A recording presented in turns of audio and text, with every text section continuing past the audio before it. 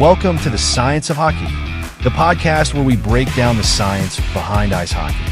I'm the analyst, your host, and every week we explore the data, research, and evidence that shape how we play, train, and understand the game of hockey. From biomechanics to performance psychology, we take you beyond the rink and into the research lab, giving you insights that go beyond hearsay and into what really makes the difference on the ice. Whether you're a player, a coach, a parent, or just someone passionate about the sport, we're here to bring you scientifically backed information in a language that's friendly and easy to understand. So grab your skates and let's dive into the science of hockey. Hey there, hockey enthusiasts. Welcome back to the Science of Hockey. I'm the analyst, and today we're diving into a fascinating study about the factors that shape how young players perceive their skills on the ice. In this episode, we'll break down how aspects like the relative age effect, early sports specialization, and player positions influence young hockey players' self-confidence and sense of competence. Whether you're a coach, a parent, or a player yourself, this discussion will give you insights into the psychological factors that can impact development and long-term success in hockey. So, lace up your skates, and let's get into it. Hey everyone, and welcome back for another deep dive. Always great to be back. Today we're lacing up our skates and hitting the ice I love this. to explore the world of youth hockey. Awesome. But not literally, of course. Right, yeah. We're going to be diving into some fascinating research from Frontiers in Psychology, all about how young players see themselves and their abilities. Really interesting stuff. And what's really cool is that this research goes way beyond just the wins and losses. Absolutely. It gets into the nitty-gritty of how things like a player's age, the position they play, even their birth month can impact their confidence on the ice. Yeah, it's pretty wild, some of the stuff they found. Okay, wait, hold on. Birth month, you have to explain that one. Oh, I will. But first, let's unpack this idea of perceived competence, Right. which the study keeps bringing up. Yeah, perceived competence is essentially how a player judges their own skills. How good a skater do they think they are? Do they believe they've got like a powerful shot? Can they handle the pressure? It's all about that self-perception. So it's not just about being good, it's about knowing you're good. Exactly. That's a great way to put it. And why is this perceived competence so important? Well, the study found that it's actually linked to a bunch of crucial stuff like motivation, how long they stick with hockey, and even their chances of reaching those elite levels of play. So if a kid believes in themselves, they're more likely to, put in the work, overcome those setbacks, and ultimately succeed. Makes sense, right? Totally. But the study also found that this perceived competence isn't like set in stone, right? Nope, not at all. It changes as players get older. It definitely evolves. You see, those younger players, especially at the U13 level, tend to have a very, shall we say, optimistic view of their abilities. I can imagine. They often rate themselves quite high, even if their actual skills aren't quite there yet. But as they move up into the U15 and especially the U18 age groups, their self-assessments become a bit more, realistic. Okay. Probably because of the increased competition and the feedback they're getting from coaches. So you're saying that as they get older and the game gets more serious, they start to see their strengths and weaknesses more clearly? Yeah, exactly. It's like they're getting a dose of reality. And does that mean their confidence takes a hit? Not necessarily. For some, it might be a wake-up call, a motivator to, see where they need to improve. Makes sense. But the study did find that U18 players tended to have lower perceived competence in a few specific areas. Oh, interesting. Which ones? Skating resilience and offensive abilities. I wonder if those areas just become more crucial at that age, Yeah, maybe. Maybe the pressure just gets more intense. It's very possible. As the stakes get higher, Right. those skills become make or break. Yeah, so it's only natural for them to maybe doubt themselves a bit. Totally understand. Okay, so we've talked about how important this idea of perceived competence is. Now let's get into another big topic that this study looks at, early specialization. Oh, yeah, big one. I think a lot of parents struggle with this. For sure. Trying to decide if their kids should just focus on hockey or try other activities. It's a tough call. So how do we even define early sports specialization? Well, the study refers to it as ESS, and it basically means putting a ton of focus on just one sport, often at the expense of other activities. Right. So we're talking year-round, training multiple practices every week, traveling for tournaments. Yeah. It's a lot. Intense. Yeah, it's a big commitment for sure. So what did the study find about how this early specialization affects perceived competence? Well, you might think that specializing early would lead to lower perceived competence. Mm-hmm. You know, you're constantly being compared to other top players. Right. But the research actually found the opposite. Oh, really? Yeah, players who specialized in hockey actually had higher perceived competence scores. That's interesting. And not just for their hockey skills, but for sports in general. So all that intense training and competition actually boosts their confidence? It seems that way. There are a few possible explanations. Okay, let's hear them. Well, first, all that time spent training probably leads to real improvement, which naturally makes them feel more confident. Makes sense. Second, early specialization often means access to better coaching, which helps them develop a deeper understanding of tactics and offensive strategies. Yeah, I could see that. And finally, the demands of specialization itself, you know, the discipline, the hard work, pushing through those tough moments. Right. All that can build resilience and a strong work ethic, which leads to higher perceived competence. So it's like they're building confidence by mastering the game, even if they're facing tougher competition. Exactly. It's pretty fascinating. It is. But are there any downsides to this early specialization? Oh, there definitely can be. We'll dig into those a bit later. But first, let's shift gears and talk about the different positions on the ice. Okay. That's good. Does the research tell us anything about how forwards and defensemen see their own abilities? I'm all ears. Tell me about those differences. It's pretty cool to see how different positions can, shape a player's view of their strengths. Yeah, for sure. So what did they find? How do forwards and defensemen perceive their abilities differently? Well, as you might expect, defensemen felt way more confident about their strength and tactical skills. Okay, that makes sense. They're the ones, battling in front of the net, clearing the puck, making those big defensive plays. Exactly. They're like the wall. Yeah, totally. Yeah. So it makes sense that they would see those areas as their strengths. Absolutely. But here's where it gets interesting. Okay. While they're awesome at those defensive things, they might actually be undervaluing their offensive contributions. Oh, interesting. The study didn't go too deep into this, but it makes you wonder, could this perception actually limit how they develop as players? I see what you mean. Like if they're so focused on defense, they might not be pushing themselves offensively. Exactly. It's like they're putting themselves in a box. Right. And that could hurt their overall development. For sure. It shows how important it is to encourage young players to explore all aspects of the game, even if they naturally gravitate towards a certain position. Yeah, a well-rounded player is valuable no matter what position they play. Couldn't agree more. Okay, so what about the forwards? I bet they're all about those goals. Oh, you bet. The study found that forwards had a much higher perceived competence when it came to offensive skills. Yeah, that's not surprising. Nope. They're the ones stick handling through defenders, taking those shots, setting up their teammates to score. Right. So their perceived competence totally lines up with what they're doing on the ice. Makes total sense. So we're seeing how age, specialization, and even their position can all play a role in how these young players see themselves. It's like a puzzle. All these pieces fitting together to shape how they perceive their abilities. Exactly. We're just getting started. Remember that birth month thing you mentioned? Oh, yeah. I've forgotten about that one. All right, good. I'm ready for some mind-blowing stuff here. Fill me in on this relative age effect. Okay, so get this. The study actually found that a player's birth month can impact how they see themselves. Oh, really? And potentially their whole trajectory in hockey.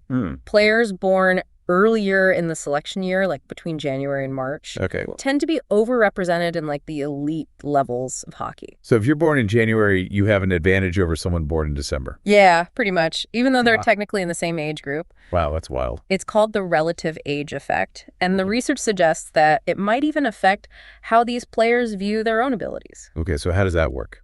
Well, they found that relatively older players had higher perceived competence in things like strength tactics, even coachability. So something as random as your birth month can actually make a difference. It seems that way. It's crazy, right? Yeah, totally. Yeah. But why is that? Is it just that those kids are physically bigger early on? It's probably a mix of things. Right. Yeah, those early physical advantages being bigger, faster, stronger can lead to more opportunities, more ice time, and then this kind of snowball effect where they just keep getting better and better. So they get more attention because they're bigger, and then they get even better because they're getting more attention. Exactly. It's a self-fulfilling prophecy. Wow. But there's also a psychological component to think about. Okay. Coaches might unconsciously have higher expectations for those older players. Makes sense. They might give them more responsibility, tougher roles, and as a result, those players feel more confident. So it's like a combination of physical advantages and how people perceive them. Absolutely. It's pretty powerful. It really is. It's like an invisible hand guiding their development. That's a great way to put it. And this relative age effect isn't just a hockey thing either. Oh, really? Nope.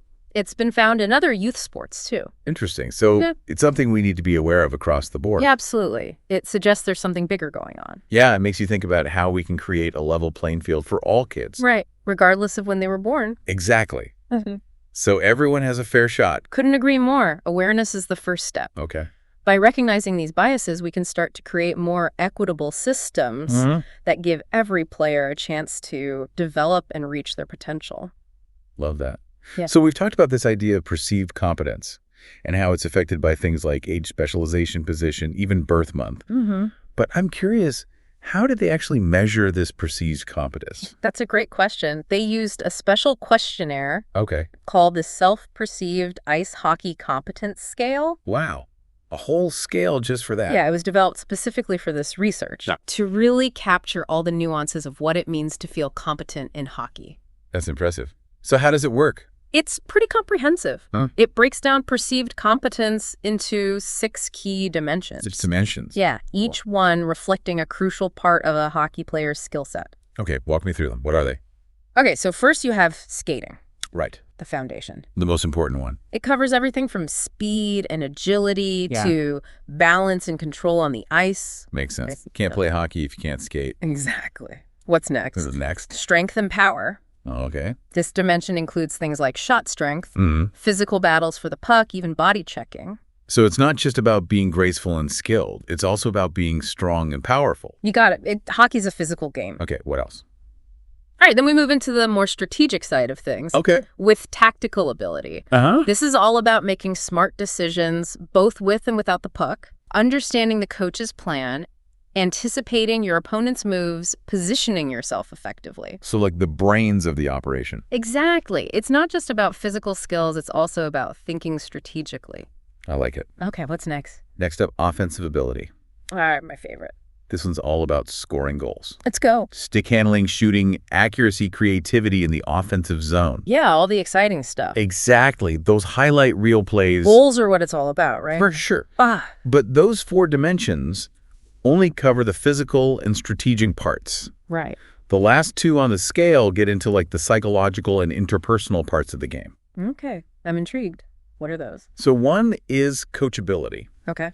This measures a player's willingness to learn their work ethic, their ability to take feedback and make adjustments. So being a good teammate, basically. Exactly. Being receptive to coaching and always striving to improve. Okay. And the final dimension. Resilience. Yeah.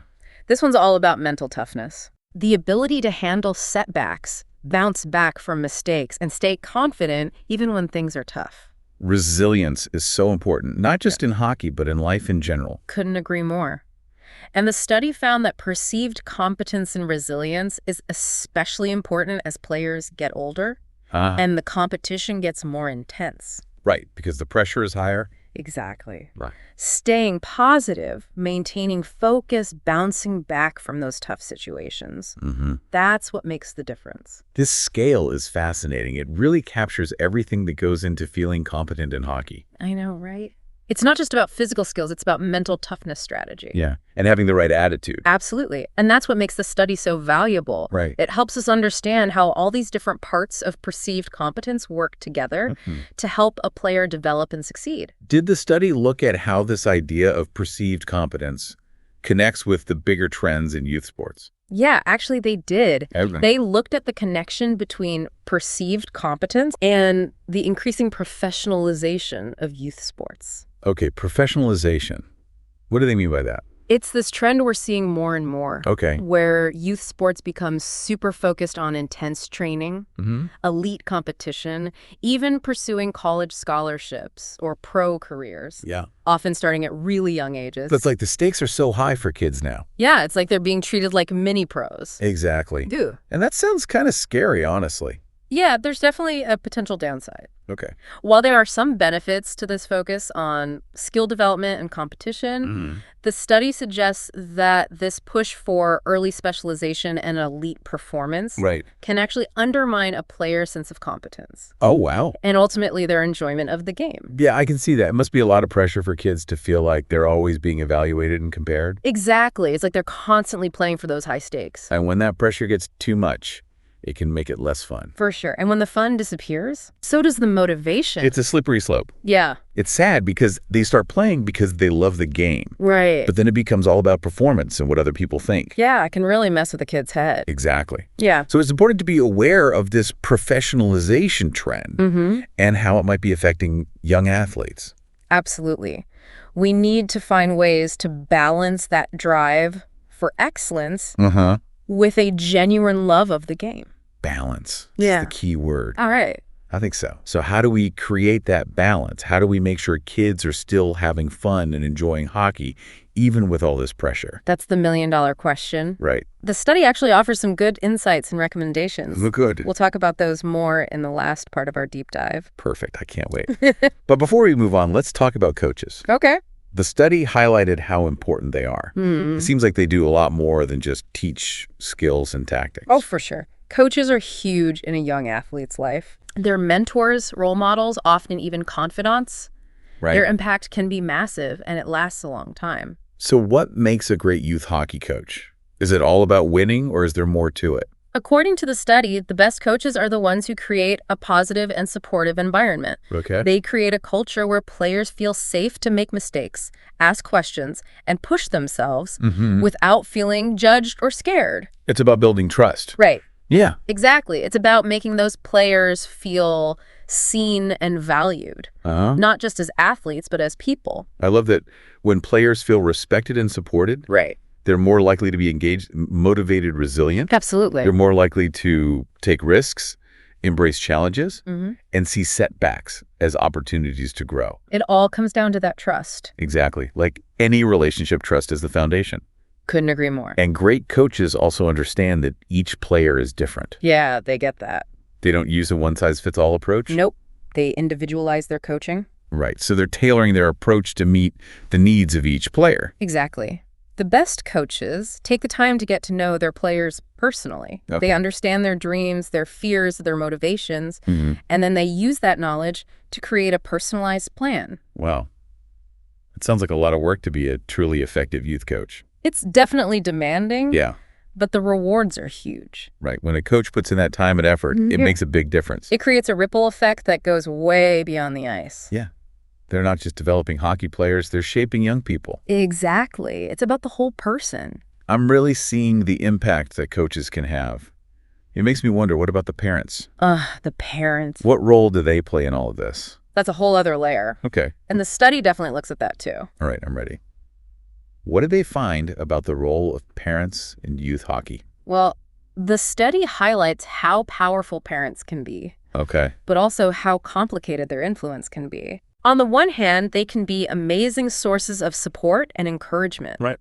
They're the ones driving to practice, cheering from the stands, providing that unconditional love that every kid needs. So parents being that constant source of love and support no matter what. Exactly. That's the ideal scenario. It doesn't always work out that way. Right. Unfortunately not. Parental involvement can also have a downside. Good. When parents get too invested in their child's success, it can create a lot of pressure, anxiety for the young athlete. Yeah, especially in a sport like hockey where there's so much focus on competition. For sure. And when parents push too hard, it can backfire big time. Okay. It can lead to less motivation, burnout, Right. even resentment from the child. So it's a delicate balance between supporting your kid and putting too much pressure on them. Yeah, you have to find that sweet spot. Encourage their passion without turning it into this high-pressure thing. Exactly. Parents need to check their own motivations and make sure they're not pushing their own dreams onto their kids. That's such an important point. It's their child's journey, not the parents'. Absolutely. And that includes respecting their child's decisions, Mm-hmm.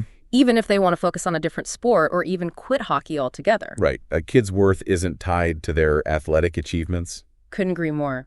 It's about fostering a love of the game, not a fear of failing. So powerful parents can also help create a balance between hockey and other parts of their child's life, Yeah, for sure. encourage them to try other things, spend time with friends and family, Right. make sure they're taking care of themselves. Absolutely. It's about raising well-rounded people, not just hockey stars. Exactly. And I think the last piece of this puzzle is advocating for change within youth hockey organizations. Yes, that's huge. So it's not just about what happens at home and at the rink. Nope. It's about pushing for change within the sport itself. Exactly. Parents can use their voices to advocate for things like later specialization, more inclusive selection processes, and more emphasis on fun and development. Yeah, instead of just winning at all costs. Right. It's about shifting the focus. This is all so inspiring. It's not just about identifying problems. It's about finding solutions. That's the beauty of research like this. Yeah, it gives us a deeper understanding, Mm-hmm. and then it helps us make positive changes. Exactly. It's empowering. I'm feeling super energized by this whole conversation. I'm ready to go out there and fight for a more balanced approach to youth sports. That's amazing to hear. And remember, the goal isn't to turn every kid into a pro athlete. Right. It's about helping them find their passions, develop important skills, and build resilience. Yeah, and character. That will help them throughout their lives. This has been an incredible deep dive. I feel like I have a whole new perspective on youth hockey. I'm glad to hear that. And on youth sports in general. It's been a pleasure talking about all this with you. Yeah, this is great. And remember, the conversation doesn't end here. Let's keep talking about these important issues, challenging the way things are done, Absolutely. and working together to make youth sports a better experience for all kids. Love it. Thanks for joining us on this deep dive. Mm. We'll see you next time for another fascinating exploration. Welcome back. I'm ready for some takeaways here. All right, let's do it. We've explored all these factors that shape the youth hockey experience. But what can we actually do with this knowledge? Great question. The study gives us some solid recommendations for creating a better environment for these young athletes. Okay, awesome. Let's start with the coaches. What can they do? One big thing is that coaches need to be really aware of the potential downsides of early specialization and the relative age effect. Right. It's easy to focus on the players who are already physically mature or who've specialized early on, but that can create an unfair advantage, and it puts those other kids at a disadvantage. Right, the ones who develop a little later or who have other interests. Exactly. Coaches should create a culture where every player feels valued and supported and has opportunities to grow. I love that. It's about fostering a growth mindset and celebrating progress, not just chasing those early wins. Yeah. It's about long-term development, not just short-term success. And speaking of long-term development, another key recommendation is for coaches to really build strong relationships with their players. Absolutely. This goes beyond just, the X's and O's. It does. It's about getting to know them as people, understanding their goals and motivations, and providing feedback that's both helpful and encouraging. It's about being a mentor, not just a coach. Exactly. And that mentorship can extend beyond the ice, too. Oh, how so? Coaches can help these young athletes develop life skills, teamwork, communication, resilience, goal setting, all that stuff. Yeah, those are skills they'll use their whole lives. For sure. It's about developing the whole person, not just the athlete. Okay, so we've talked about coaches. What about the parents? All right, let's talk about the parents. What can they do to support their young hockey players? Well, first and foremost, parents need to be really honest with themselves about their own motivations. Right. Why are they pushing their kid into hockey? Yeah, are they living vicariously through their kid? That's a good question to ask. Are they putting too much pressure on their child to succeed? Even if it's coming from a good place. Exactly. Yeah. Those are tough questions, but they're so important to think about. Right, because at the end of the day, it's the child's journey, not the parents'. Exactly. It's about supporting their kids' passion, not forcing their own onto them. And that means respecting their choices. Absolutely. Even if they choose a different sport or even quit hockey altogether. Couldn't agree more. Yeah.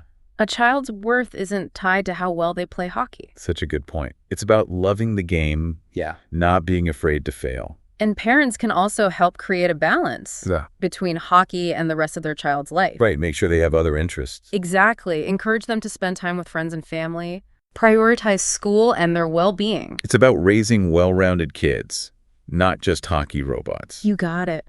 And finally, parents can push for changes within these youth hockey organizations. Okay, yeah, that's up to make things more supportive and developmentally appropriate. So it's not just about the home and the rink. It's about advocating for systemic change. Exactly. Parents can speak up for things like later specialization, more inclusive selection processes, and more emphasis on fun and personal growth. Instead of that win-at-all-costs mentality. Right. It's about changing the focus. This is all so inspiring. It's not just about complaining. It's about taking action. That's what I love about this research. It gives us a deeper understanding, and then it shows us how to make things better. I'm feeling really motivated to go out there and champion a more balanced approach to youth sports. That's awesome. And remember, the goal isn't to create professional athletes. Right. It's about helping these kids find their passions, develop important skills, and build resilience. And become good people. Exactly. It's about the journey, not just the destination. This deep dive has been incredible. I feel like I have a whole new understanding of youth hockey and youth sports in general. I'm so glad to hear that. It's been great talking with you. This was fantastic. And remember, the conversation doesn't have to end here. Right. Let's keep talking about these issues, keep challenging the way things are done. Absolutely. And work together to make youth sports a positive and supportive experience for every kid. Couldn't have said it better myself. Thanks for joining us on this deep dive, everyone. We'll see you next time for another fascinating exploration. Thanks for tuning in to the Science of Hockey. If you enjoyed today's episode, make sure to share it with your friends, teammates, or anyone who loves hockey as much as you do. Don't forget to subscribe so you never miss an episode. And we'd love to hear from you. Leave a comment to let us know what you liked, what you'd like to hear next, or any questions you have. Your feedback helps us make the show even better. Until next time, keep your skates sharp, your mind open, and keep chasing the science behind the game.